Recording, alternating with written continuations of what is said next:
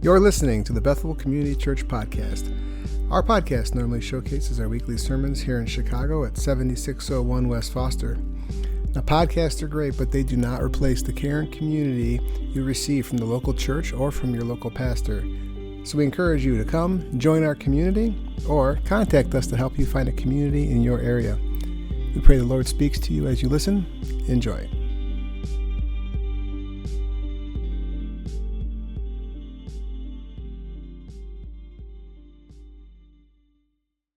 Theologist Jeffrey Gorer observed that in the 19th century, so that would have been the century before, that sex was taboo, but everybody talked openly about death, because death was very common, with high infant mortality rates, with people dying from diseases that today we might even be able to cure, or people dying at home. They would see loved ones regularly dying, and so they talked openly about death. But in the 20th century, things flipped. People now talk openly about sex, and the topic of death has become taboo. Well, if Jeffrey was still alive today, I'm sure that he would notice that we talk far more openly about sex today than we ever did in the 1950s. And we talk far less about death. Today we try to put death off, or we try to leave it to professionals, whether it be hospitals or nursing facilities, and of course there are times when you just need them. But if we use such resources to try to escape death, to escape the reality of death, we will find ourselves unprepared for it. And we do live in an escapist culture. We live in a society that lives in a fantasy world, a pretend world, in which we try to escape the realities of disease and the realities of hardship and death. David Gibson, in his book, Living Life Backward, tells us Ecclesiastes won't let us go there. He says the book of Ecclesiastes is one of God's gifts to help us live in the real world. It's a book in the Bible that gets under the radar of our thinking and acts like an incendiary device, that is a bomb, to explode our make-believe games and jolt us into realizing that everything is not as clean and tidy as the let's pretend world suggests. So Gibson says we are to instead live life backward. We are to live life in light of death, which is what Ecclesiastes calls us to do.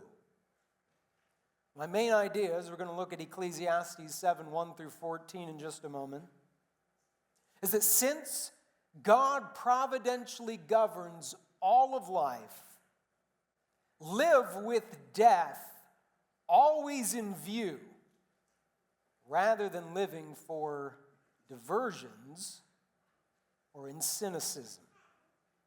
Now, in these 14 verses, it is a series of proverbs that he gives us, that he connects them all together, and we shouldn't be surprised. Ecclesiastes 12, the end of the book, in verses 9 through 10, we're told, besides being wise, the preacher, in Hebrew it's Koheleth, the preacher, also taught the people knowledge, weighing and studying and arranging many proverbs with great care. The preacher sought to find words of delight, and uprightly he wrote words of truth. Now, wisdom cannot save you from death.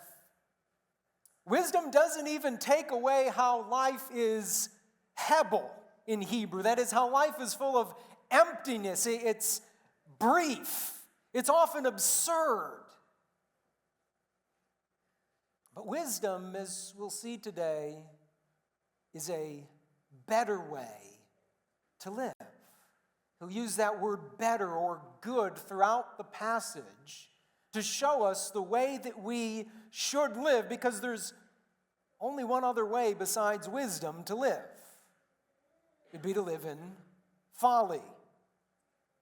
Living in wisdom, then, allows us to enjoy life even as we face hardships, even as we face suffering and uncertainty, even when life doesn't go our way.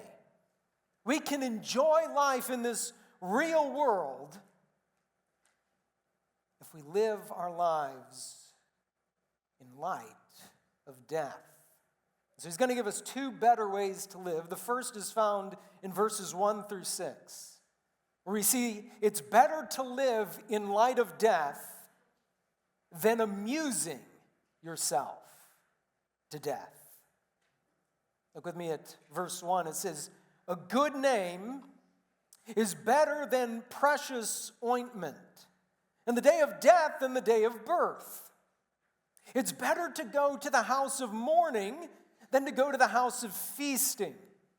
For this is the end of all mankind, and the living will lay it to heart. Sorrow is better than laughter, for by sadness of face the heart is made glad. The heart of the wise is in the house of mourning, but the heart of fools is in the house of mirth. It's better for a man to hear the rebuke of the wise than to hear the song of fools. For as the crackling of thorns under a pot, so is the laughter of the fools. This also is vanity." The 18th century American pastor Jonathan Edwards, who is probably most famous for his revival sermon, "Sinners in the Hands of the Angry God," was also well known for having resolutions for himself. In fact, he had 70 resolutions. Keep that in mind when you can't keep one at the beginning of the year. One of the best known resolutions is resolution number 9. There, Edwards says, "Resolve to think much on all occasions of my own dying and of the common circumstances which attend death." It may sound like Jonathan Edwards was being morbid, but he really wasn't. No, living in light of death in those days, as the Puritans often sought to do, was commonly called, and this is a Latin word, so excuse me if I mispronounce it, memento mori. It means something like remembering that you are going to die. And so you were to live life in light of your coming death because it sobered you up so that you could live for what truly mattered. That's what Ecclesiastes is calling us to do here in these first 6 verses, to live in light of your own mortality so that you can live wisely, so that you can live a better life. What Qoheleth says here in these 6 verses is meant to shock us. And so we're going to take these 6 together, though they're proverbs. They're meant within context to teach us how to live. And in the first verse, he probably has another proverb in mind. Proverbs 22, verse 1, that says a good name or a good reputation is to be chosen rather than great riches. But in Ecclesiastes, he says it as a pun. He says a good name, which in Hebrew, the word name is Shem. A good Shem is better than good shemen, ointment or oil. See, it's better to have a good name, a good reputation, than it is to enjoy the good things of life. And yet his point here isn't to leave us with that. That's a well-known fact in those days. Rather, what he's saying is just as it's better to have a good name, so it's better the day of death than the day of birth. Think about that for a moment, what he's saying. He goes on, verse 2 then, to say, it's better to go to the house of mourning than it is a house of feasting. It's better to go to a funeral than it is to a party. You might be listening to him and thinking, well, wait a second, this guy is disturbed. And this is pretty dark. What on earth is he getting at? Well, no, I don't think he is. He tells us why, at the end of verse 2. Because this is the end of all mankind. Nobody escapes death. And while you're living, you'll be wise to take that to heart, to live in light of it. It continues, verse 3, sorrow, or it could be translated as grief or anger, is better than laughter. There you go, watch dramas instead of comedies. Well, no, that's not quite what he's saying. Rather, what he's saying is that if we live in the real world, we'll see that there's so much going on that rightly grieves our hearts, that angers us. And so we have to think rightly about the world that we live in. And if we do, then we can have gladness of heart. Why? Because we'll enjoy the very things that God gives us rather than thinking that we're entitled to them. It's better, as he says, to regularly visit the house of mourning, that is, to think about death, than it is to be celebrating. Well, why? Because nobody learns wisdom at a party. You learn it from considering death. It's better to be rebuked by somebody wise, as he says, than it is to join in the song of fools. Why? Because it's short-lived. Verse 6, he says it's like the crackling of thorns under a pot that are being used as fuel for a fire. Now, thorns don't make good fuel. When you burn them, they make a lot of noises. They pop, but they don't last long. They don't burn long because they're quickly consumed. He's saying, so it is with the laughter of fools. It's short-lived. It may be loud and boisterous, but it doesn't last very long. As he says, it's vanity, it's hebel, it's empty and short-lived. Now, we are to live, he's saying, in light of the end, in light of death, or as David Gibson puts it, we're to live life backward. You see, if you know where you're going, you can plot your course on the map. You can decide which route you're going to take to get there, and we are all on a journey that has the same end. It's death. You don't get to decide the end of the journey, but you do get to choose which path you take to get there.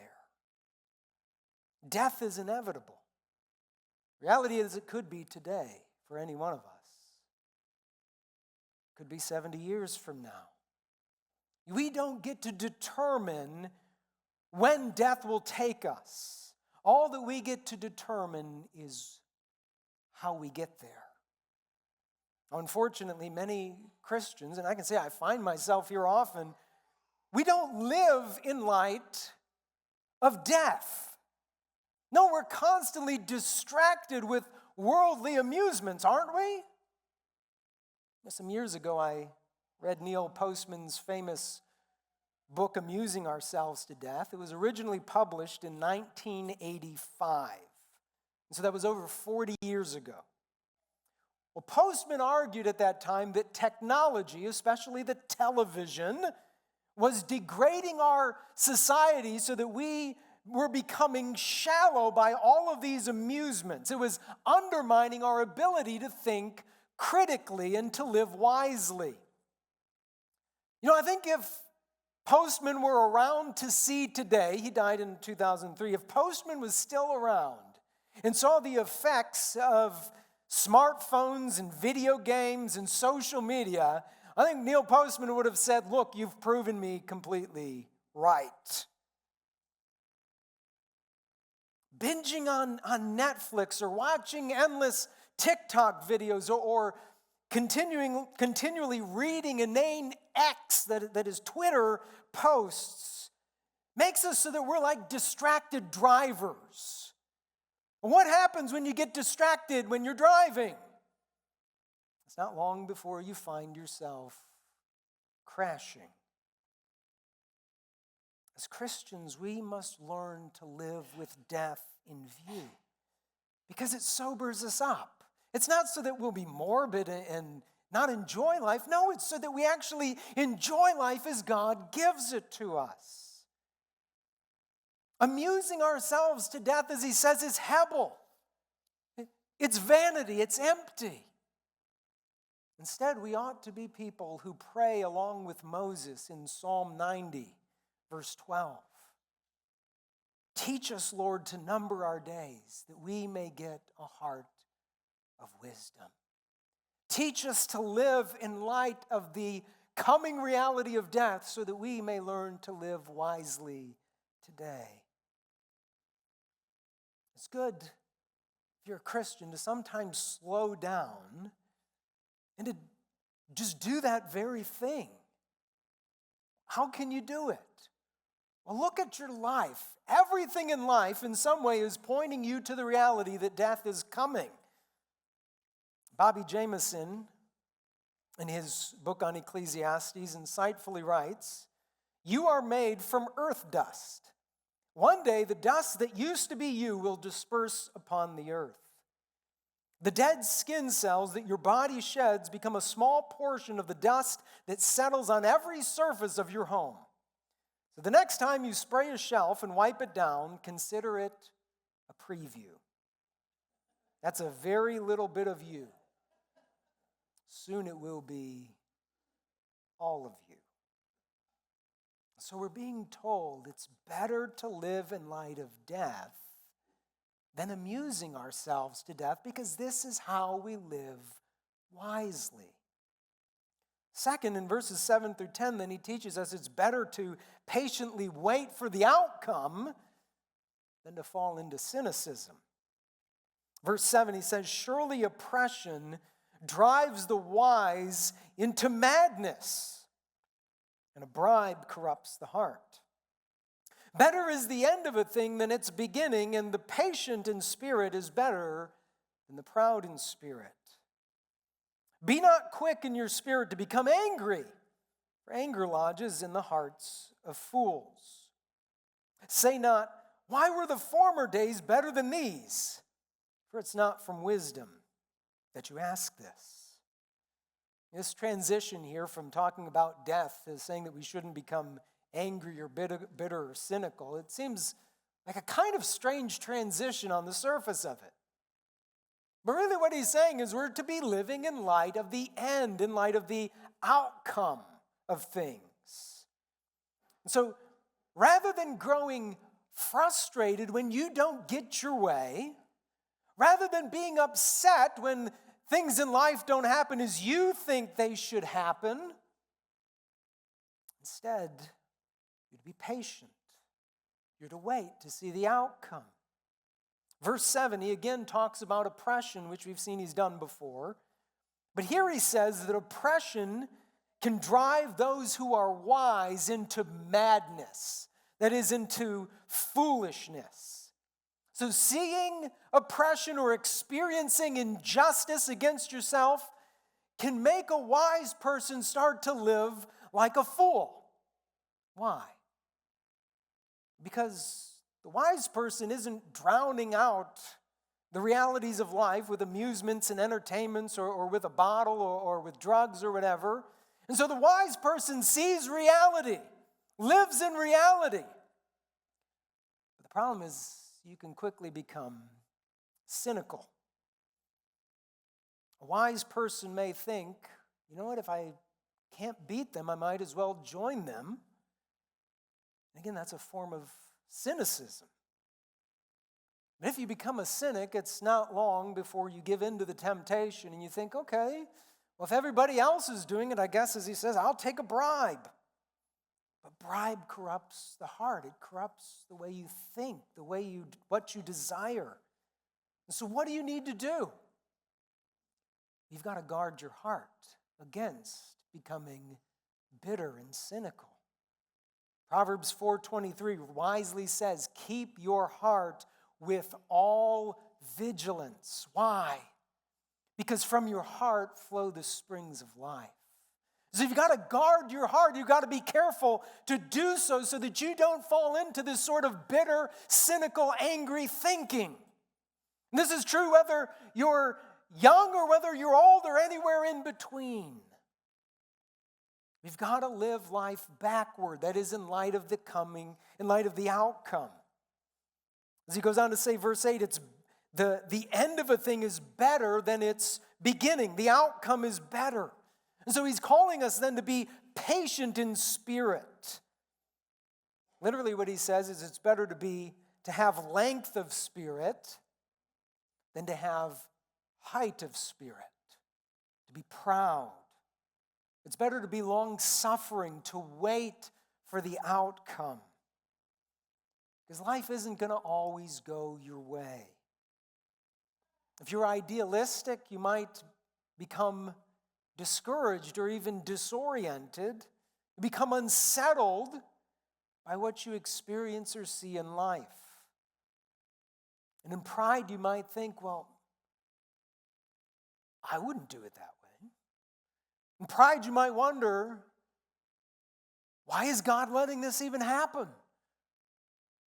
He's telling us not to turn there. Life isn't always going to go our ways, so we need to be careful how we process things. Verse 9, don't be quick in your spirit to become angry, to become bitter and cynical. Why? Because anger lodges in the heart of fools. Literally, it lodges in the lap or the bosom of fools. You see, if you stew in anger over injustices, whether they're toward you or others, that anger will eventually turn to bitterness. And that bitterness then will become a cynicism in which that's the lens through which you will see all of life.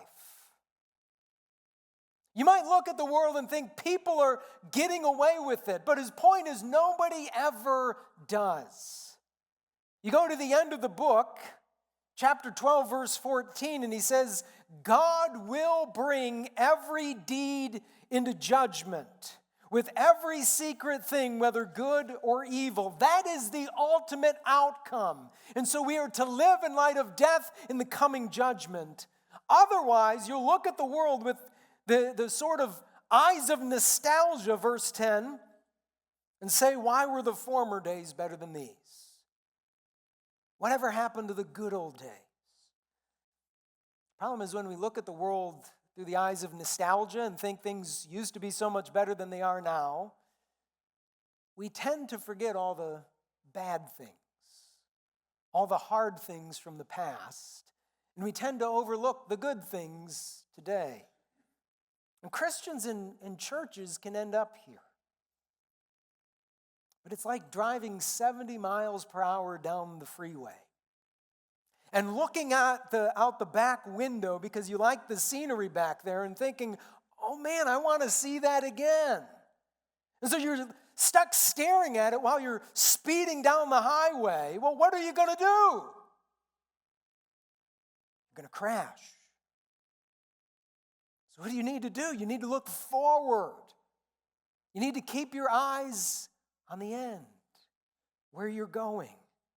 That will keep you from falling into despair or cynicism. So he tells us it's better to live in light of death than amusing yourself to death. And it's better to patiently wait for God than it is to fall into cynicism.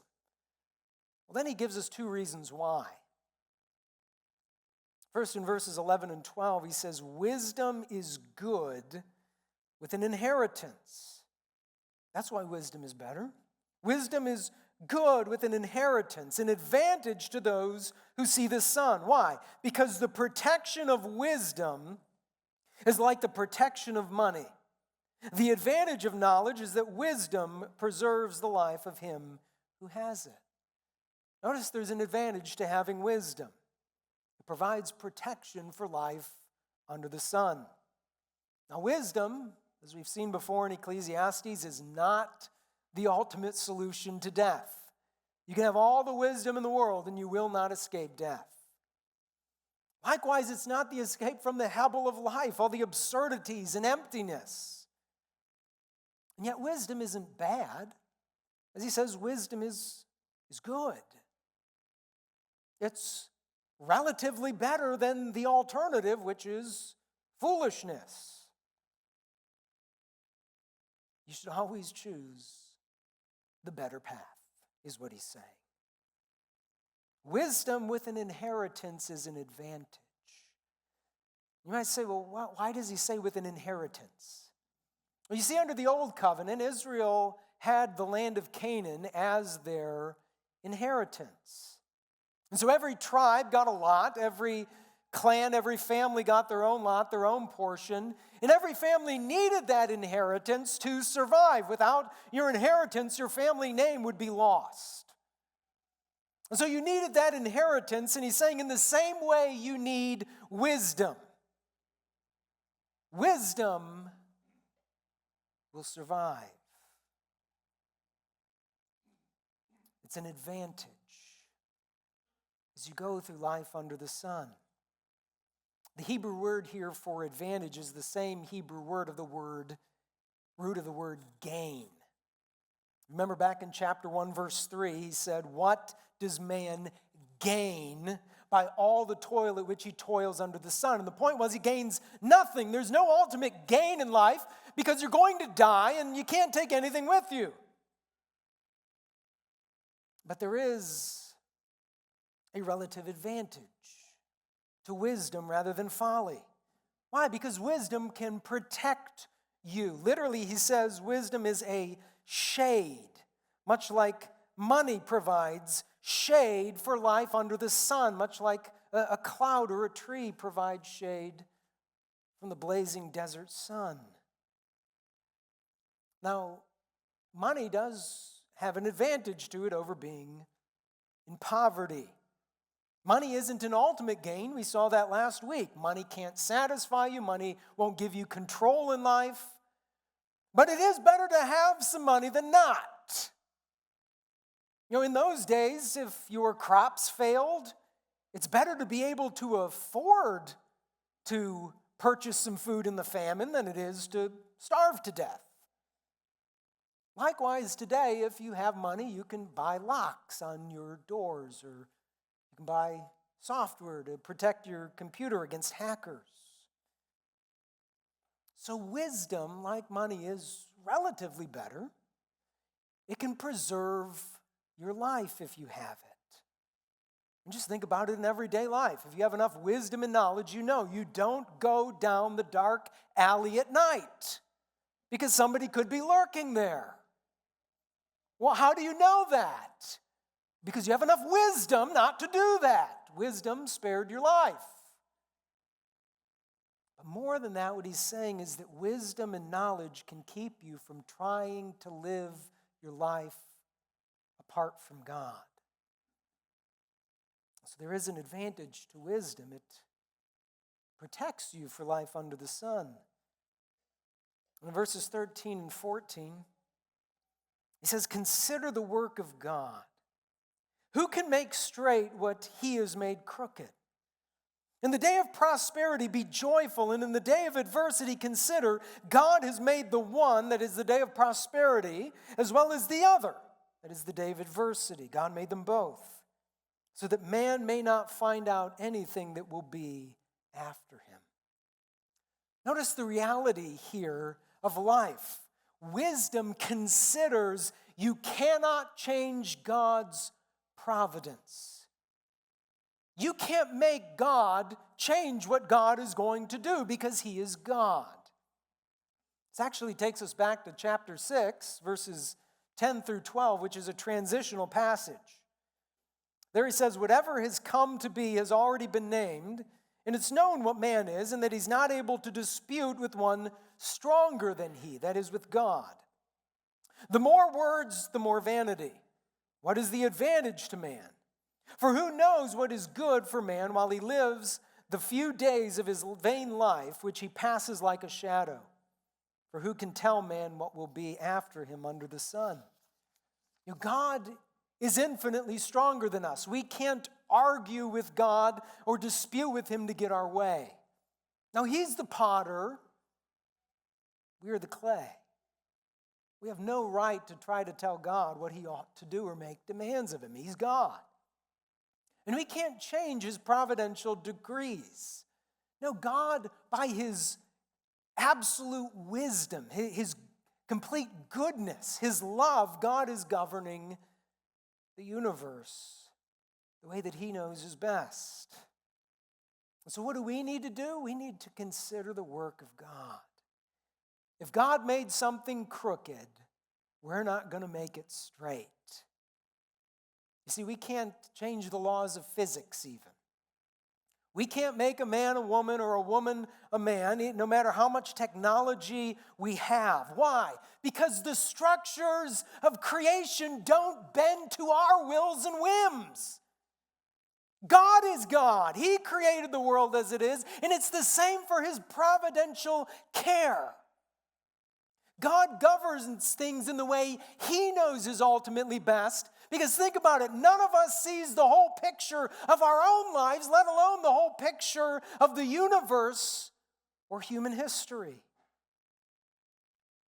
Understanding this changes how you and I live. In the day of prosperity, when things are going well, what should you do? Enjoy it. Enjoy what God gives you. Enjoy the food and the drink he gives you. Enjoy the toil, the work that he gives you, the things in life that are enjoyable. And when adversity comes, literally when evil or bad days come, what are you to do? When you face times of suffering and sorrow, when you face death, when life is hard and it doesn't go your way, what should you do? You should consider God is the one who gives both good days and hard days. And yet we can't figure out what tomorrow is going to bring. At best, we're like the weatherman trying to look at things and figure it out. How often do they get it wrong? We don't know what tomorrow will bring, let alone we can't control it. But if you know the God who is good and always faithful as your loving Father, you don't have to control the future. You don't have to know what it's going to bring. You can trust him. And that will give you peace. The peace of God that surpasses understanding, no matter what circumstances of life may bring you. So consider God's providence. Consider, though, that God has told us what is ultimately coming in his word. Death is coming in judgment, and none of us can escape that. There's an old fable of a merchant in Baghdad, Iraq, who sent his servant into the market. Well, the servant came back very quickly, and he was white with fear and trembling and said to his master, "Master, in the market I was jostled by a woman in the crowd. And when I looked behind me to see this woman, I saw it was Death. And Death made a terrifying gesture at me. Please, master, lend me your fastest horse that I may ride away to Samarra and escape death." Well, the master lent his servant his fastest horse, and so he hastily galloped away to Samarra. And meanwhile, the master went down to the market and found that Death was still there. And so he asked, "Why did you so terrify my servant? Why did you make a threatening gesture at him?" Death replied, "Well, that wasn't a threatening gesture that I made. I was surprised to see him in Baghdad because I have an appointment with him tonight in Samarra." Recognizing that you have an inescapable date with death should sober you up. God has appointed for us to die once. We only get one take at life under the sun. And then comes the judgment. Are you prepared for death? Are you prepared for the judgment? It's wisdom that points us beyond itself to the one who is wisdom in the flesh. As Colossians 2:3 says, in Jesus Christ are hidden all the treasures of wisdom and knowledge. He alone is the wisdom that overcomes the Hebel of life and who can overcome death. You see, if you're acting like you're not going to die, you can't escape the reality. If you're acting like you're not going to be judged, it doesn't matter. You cannot escape the reality. Living life in light of death begins by asking, have my sins been forgiven? Have I been reconciled to the holy God who is going to be my judge? And then in wisdom, you look to the one who alone died on the cross so that our sins might be forgiven through his taking our sins in his own flesh. You look to the one who alone has overcome death. As Jesus says, I am the resurrection and the life. Whoever believes in me, though he die, yet shall he live. And everyone who lives and believes in me shall never die. And then he asks the question, do you believe this? If you're trusting in Jesus Christ this morning as your Lord and Savior, living in light of death and judgment isn't just about escaping hell. No, it's about how we live today. If you live in light of death and the coming judgment, it can help you to keep from stumbling into sin.